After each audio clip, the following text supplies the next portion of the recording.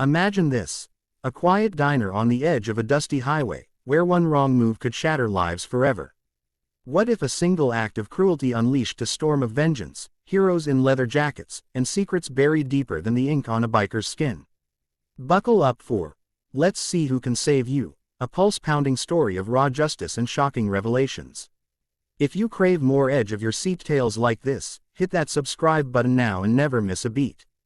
In the dim glow of neon lights flickering over the cracked asphalt of Route 66, where the desert wind whispered secrets through the open doors of Rusty's diner, Sarah wiped sweat from her brow as she balanced trays of greasy burgers and lukewarm coffee for the late-night crowd, her uniform clinging to her like a second skin after a 12-hour shift that felt like eternity. But tonight was different because a storm was brewing in the form of a tattooed stranger who sauntered in with eyes like coals and a smirk that screamed trouble, his arms sleeved in ink depicting skulls and serpents that seemed to writhe under the fluorescent bulbs, and as he planted himself at the corner booth, demanding service with a grunt, Sarah approached cautiously, her instincts prickling like needles because she'd seen men like him before, drifters with nothing to lose and everything to prove, but she plastered on her best waitress smile, the one that hid the exhaustion and the dreams of escaping this dead-end town, asking what he'd like, only for him to leer at her, his voice a low growl as he said something crude about her figure, making her cheeks burn,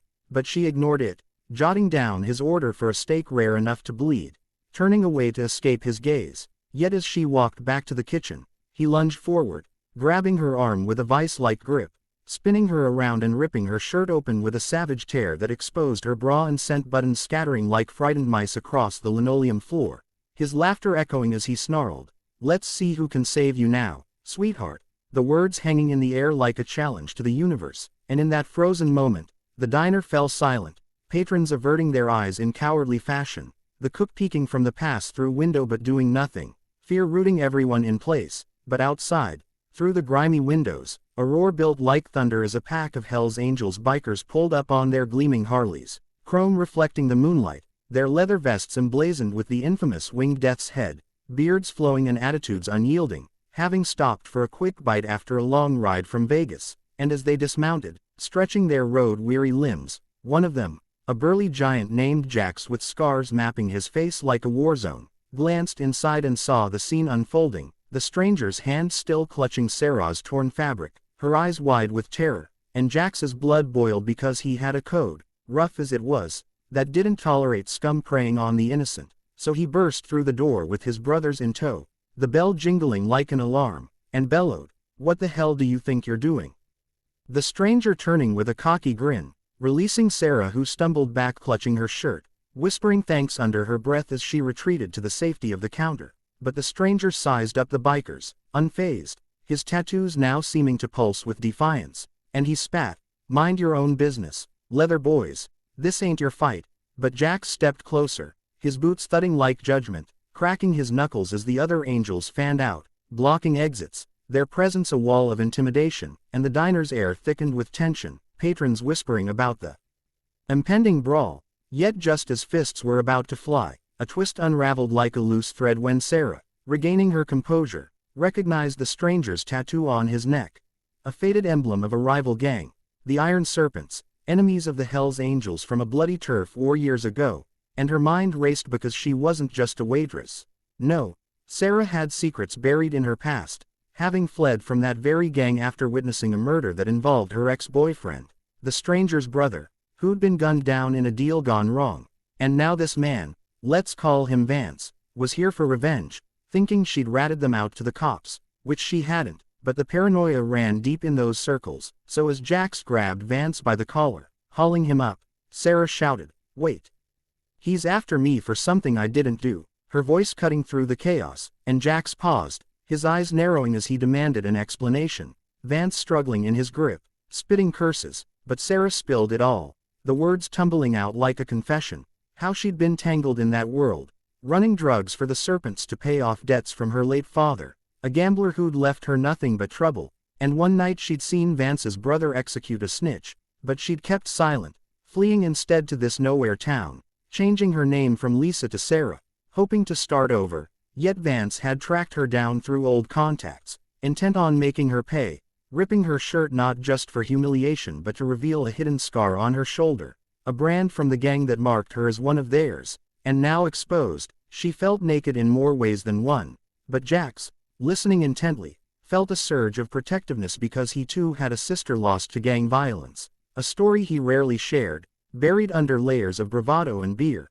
So he slammed Vance against the wall, growling, "You picked the wrong night, pal," and the other angels nodded, ready to dispense their brand of justice. But here came another twist as Vance, blood trickling from his lip, laughed maniacally, revealing a hidden blade in his boot, slashing at Jax, who dodged just in time, the fight erupting in a whirlwind of punches and chairs flying, the diner transforming into a battlefield where coffee mugs shattered like grenades, patrons scrambling for cover under tables, the cook finally calling the cops from the back. But the angels were no strangers to brawls, overwhelming Vance with sheer numbers, pinning him down as Jax delivered a knockout blow. But as Vance slumped unconscious, Sarah noticed a phone buzzing in his pocket, picking it up to see missed calls from "Boss," and her heart sank because this wasn't a lone wolf. The entire Iron Serpents gang was en route, tipped off by Vance's earlier text about finding her, and now the diner was about to become ground zero for a gang war. The angels realizing they'd stumbled into something bigger, Jax cursing under his breath as he tied Vance with a belt from one of his brothers, barking orders to fortify the place, boarding windows with tables, while Sarah, adrenaline pumping, confessed more, revealing she had evidence hidden in her apartment above the diner, a flash drive with photos of the murder, something she'd kept as insurance but never used, fearing retaliation. And now, with the serpents coming, perhaps it was time to fight back. Jax, seeing potential in her fire, nodding as he said, "We'll hold 'em off, but you get that drive to the feds after." His voice gruff but kind, a rare glimpse beneath the tough exterior, and as sirens wailed in the distance, too far to help immediately, the first serpent bikes roared up, engines like angry beasts, their riders dismounting with chains and bats, shouting for Vance and the traitor bitch. The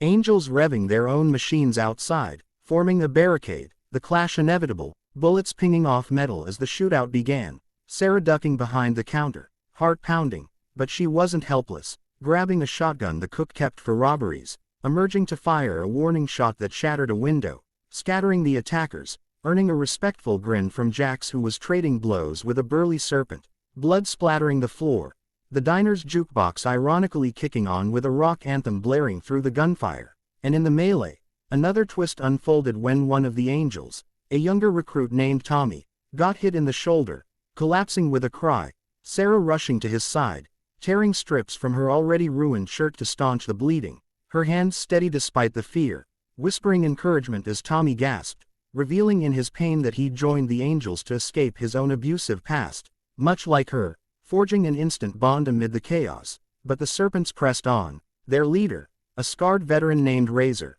bellowing challenges, vowing to burn the place down, tossing a Molotov cocktail that exploded against the door, flames licking the frame, the angels fighting fire with fire extinguishers scavenged from the kitchen, the air thick with smoke and cordite, Jax coordinating like a general, his leadership honed from years on the road. But as the battle raged, Sarah slipped out the back, racing upstairs to her tiny apartment, rummaging through a hidden compartment in the floorboards to retrieve the flash drive, clutching it like a talisman. But upon returning, she found the tide turning, the cops finally arriving in a blaze of lights and sirens, scattering the serpents who fled into the night, leaving Vance bound and several wounded behind, the angels standing down, hands up. But Jax convinced the officers they were the good guys, Sarah vouching for them, her story pouring out to the lead detective, a no-nonsense woman named Reyes who'd been hunting the serpents for years. And as the flash drive was handed over, containing not just photos but recordings that could dismantle the gang, Reyes nodded appreciatively, cuffing Vance, who woke sputtering threats. But the real twist came when Jax, wiping blood from his brow, approached Sarah, his eyes softening as he admitted, "I didn't come here by chance. I've been looking for you," revealing that her ex-boyfriend, Vance's brother, hadn't died that night. He'd faked it to go undercover for the feds, feeding info on the serpents, and Jax, an old friend, had been tasked with protecting her from afar. The angels stop at the diner, no coincidence but a checkpoint in a larger operation, Sarah's mind reeling from the betrayal and relief, realizing her life had been a web of lies. But now free, she felt a spark with Jax, his rough hands gentle as he helped her into a jacket, the night ending not in despair but hope, the diner smoldering but standing, patrons emerging shell-shocked, the Hell's Angels riding off as unlikely saviors, their engines fading into dawn, Sarah deciding to leave town with the feds' protection, but not before sharing a kiss with Jax under the rising sun, a promise of new beginnings amid the ruins, the title's challenge answered not by force alone but by unexpected alliances and truths unearthed, twisting the narrative from victimhood to empowerment, the story a testament to resilience in the face of darkness, where heroes wear leather and redemption comes on two wheels, the end leaving echoes of what might come next in the endless highway of life. But for now, peace settled like dust after the storm, Sarah finally safe, her saviors roaring away, the tattooed stranger's arrogance shattered forever. Wait, but let's extend this tale further to weave in more layers, because as Sarah rode off with Detective Reyes in an unmarked car, the flash drive secure in evidence, she couldn't shake the feeling that something was off, glancing back at the diner where cleanup crews were arriving, and in her rearview mirror, she spotted a familiar face among the onlookers. A woman with serpentine tattoos peeking from her sleeve, watching intently, and Sarah's pulse quickened because this was no ordinary bystander. It was Vance's sister, Elena, whom she'd thought long gone, vanished after the murder night, but Elena had her own agenda, having infiltrated the Serpents as a double agent for a rival cartel, and now, with the flash drive threatening to expose everyone, including her, she tailed the car discreetly, her mind plotting interception. Meanwhile Jax and the Angels, thinking the job done, headed to their clubhouse in the hills, but Jax's phone buzzed with an encrypted message from his undercover contact, Sarah's ex, alive and well, warning that the drive contained more than gang secrets. It had cartel ties that could ignite a war across borders, and Jax cursed, wheeling his bike around, realizing Sarah was still in danger, racing back to intercept, the plot thickening like fog on the highway, Sarah confiding in Reyes about her suspicions, the detective revealing her own twist. She was Elena's handler, part of a deep cover-up, and the rival cartel was a front, but trust fractured when Reyes took a sudden detour, claiming a safe house, but Sarah smelled deceit, spotting a gun holstered unusually, and in a panic, she grabbed the wheel, causing the car to swerve, crashing into a ditch, scrambling out as Reyes drew her weapon, not to protect but to silence, because Reyes was corrupt, bought by the Serpents to retrieve the drive, the earlier vouching a ploy to gain possession, Sarah fleeing into the desert scrub, hard hammering, the sun beating down as Reyes pursued, shouting empty promises, but the roar of bikes echoed again, Jax arriving like a guardian angel, his angels flanking, having pieced it together from the message, a fierce confrontation ensuing, Reyes firing shots that grazed Jax's arm, but he tackled her, disarming with brute force, the drive recovered as backup feds, real ones, swarmed in, alerted by Jax's contact, arrests made, Reyes exposed as a mole, Elena emerging from hiding to testify, her role genuine in taking down the network, twists piling on as Sarah learned her ex had sacrificed everything not for duty but love, faking death to protect her, now reuniting in witness protection, but Sarah, changed by the ordeal, chose Jax instead, his world of freedom over hidden lives, the story spiraling into romance amid betrayal, the final twist revealing the tattooed stranger Vance wasn't just vengeful but a pawn, his rip of the shirt a signal to Reyes, the whole event orchestrated to flush out the drive, but fate intervened through the Angels, saviors by chance or design, the narrative closing on Sarah riding shotgun on Jax's Harley, wind in her hair,